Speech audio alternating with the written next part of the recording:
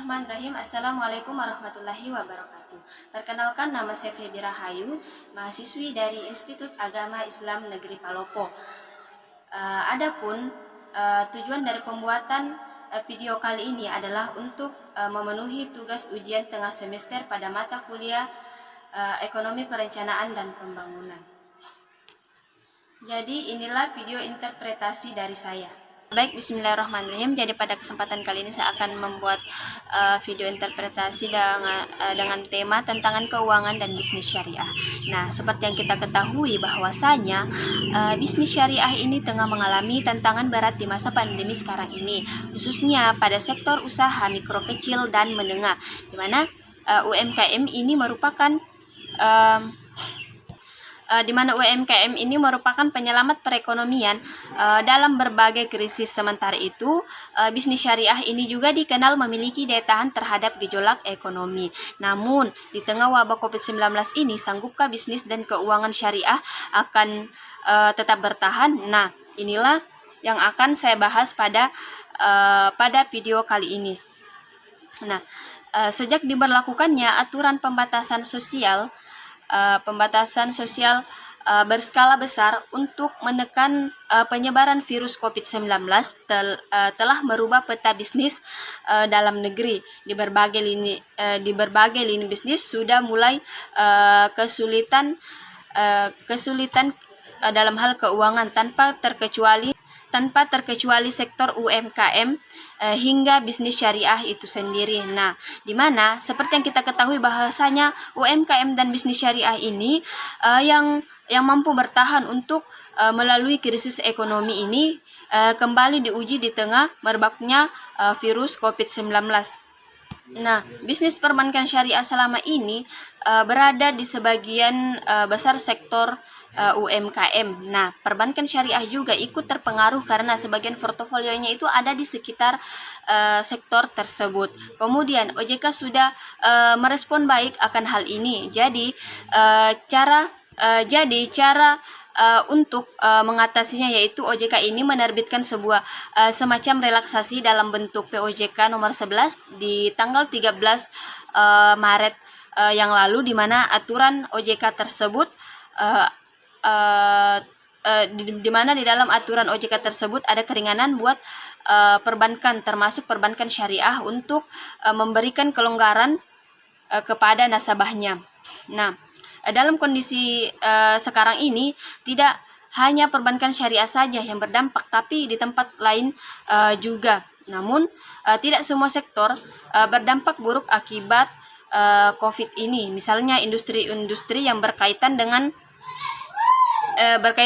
pangan. Di sini berarti bahwa usaha-usaha tersebut yang berada di sektor pangan ini sebenarnya yang harus dibantu. Ini yang biasa dicari oleh perbankan syariah. Tapi tetap yang pertama adalah tetap menjaga kualitas dari aktivanya dulu, agar tidak membebani untuk biaya-biaya pencadangannya. Nah, kemudian kenapa sih bisnis syariah ini cukup memiliki daya tahan? Nah, yang pertama itu dilihat dari sisi konsep perbankan syariah itu sendiri, di mana konsep yang dilakukan adalah konsep bagi hasil, di mana di dalamnya terkandung reserser antara nasabah dan bank itu sendiri. Nah, bagi hasil ini tentunya sudah disepakati dari awal jika memang usahanya ini tidak bisa tumbuh maksimal pembagiannya.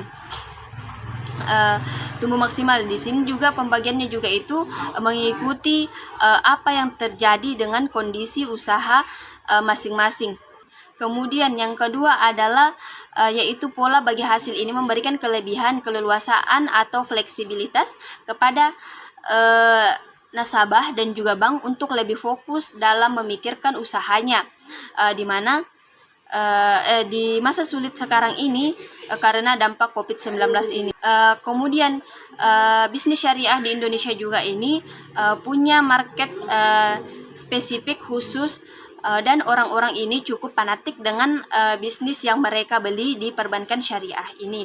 Kemudian yang ketiga adalah konsep ketiga ada konsep yang menarik lainnya, yaitu komersial dan sifatnya sosial.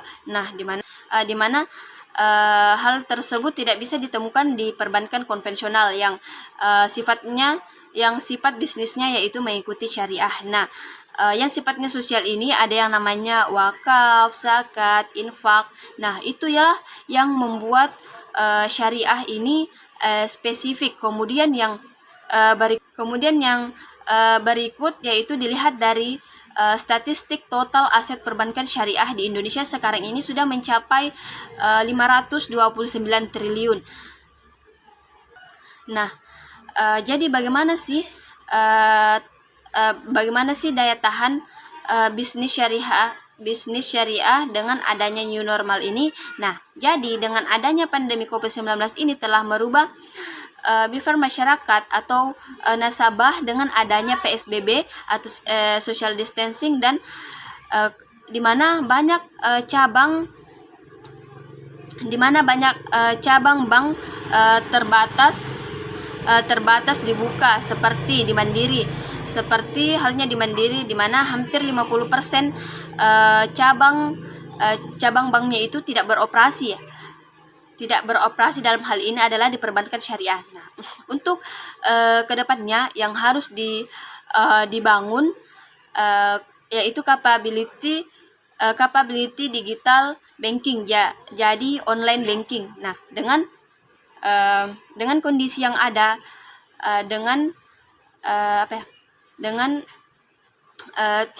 kondisi yang ada dan keterbatasannya juga. Nah, jadi tidak bisa melakukan karena kita tidak bisa melakukan transaksi secara fisik antara bank dan juga antara nasabah dan juga banknya, jadi harus bergantung dari online banking. Nah, kemampuan dari teknologi ini mesti didorong untuk perkembangannya ke depan. Jadi seandainya krisis kemudian ada sedikit cerita di mana jadi seandainya krisis ini tidak ada di awal atau akhir tahun yang lalu, dari sisi potensi Indonesia itu sendiri, di mana negara Indonesia ini memang kan negara dengan penduduk muslim yang lumayan banyak. Nah, artinya potensi ekonomi syariah itu besar kalau dibandingkan dengan negara-negara tetangga kita seperti di Malaysia misalnya. Kemudian penetrasi perbankan syariah itu terdapat terhadap total perbankan syariah di sana di Malaysia itu hampir 20%. Nah, sementara di Indonesia sekarang ini hanya mungkin 5% saja. Nah,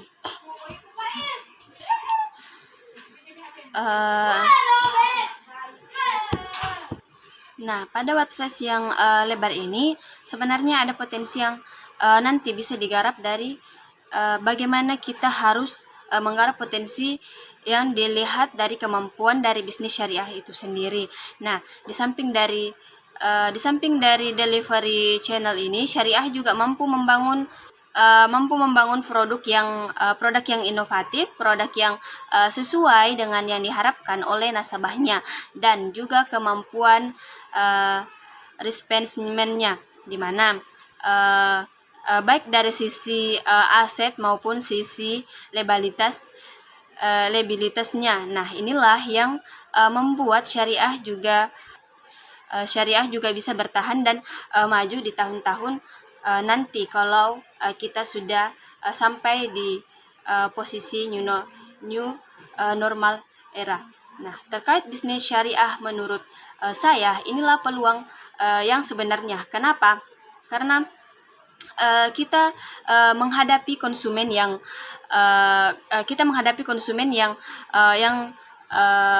tadinya dia ini lebih aware terhadap kesehatan, lebih aware terhadap apakah ini hal-hal yang bersih. Nah, kemudian inilah yang menjadi peluang.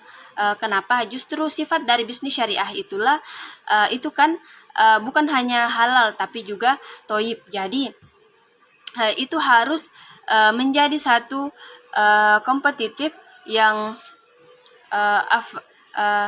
absensit buat kawan-kawan yang bergerak pada bidang yang bergerak di syariah ini untuk menjadikan itu sebuah nilai tambah. Nah, bagaimana sih tantangan keuangan syariah itu sendiri dan bisnis syariah ke depan? Nah, apa yang harus kita lakukan?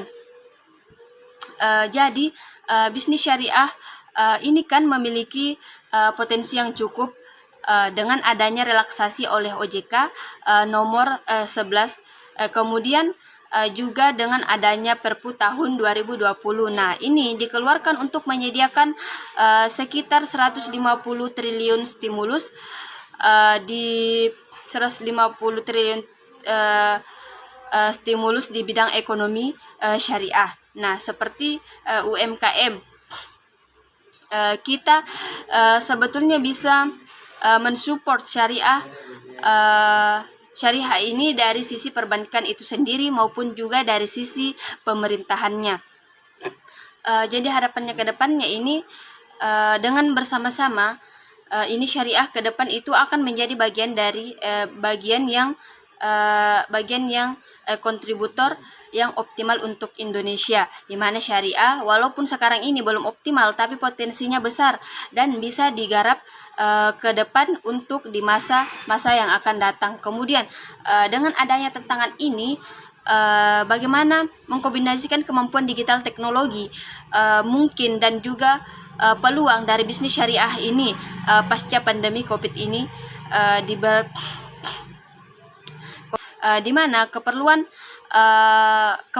buat perbankan syariah masuk ke dalam perbankan digital itu adalah keniscayaan yang harus direspon dengan positif oleh para pelaku industri syariah yang ada, supaya industri syariah itu sendiri juga bisa lebih diterima lagi oleh masyarakat mengenai tantangan peluang yang ada sebenarnya masih cukup besar bagi peluang perbankan syariah untuk berkiprah lagi memberikan kontribusi kepada ekonomi Indonesia itu sendiri. Nah, beberapa waktu yang lalu pemerintah dalam hal ini adalah Bapak Presiden kita, yaitu Bapak Joko Widodo, di mana beliau sudah membentuk sebuah Komite Nasional Keuangan Syariah yang diharapkan dapat mendorong secara intensif dari kalangan pemerintah kepada perbankan syariah ini harus dimanfaatkan secara optimal dari pelaku-pelaku industri perbankan syariah itu sendiri. Nah, hingga nantinya industri perbankan syariah itu sendiri bisa menjadi motor ekonomi yang baru untuk memberikan kontribusi kepada ekonomi Indonesia secara keseluruhan. Nah, mungkin itu saja yang dapat saya sampaikan. Wassalamualaikum warahmatullahi wabarakatuh.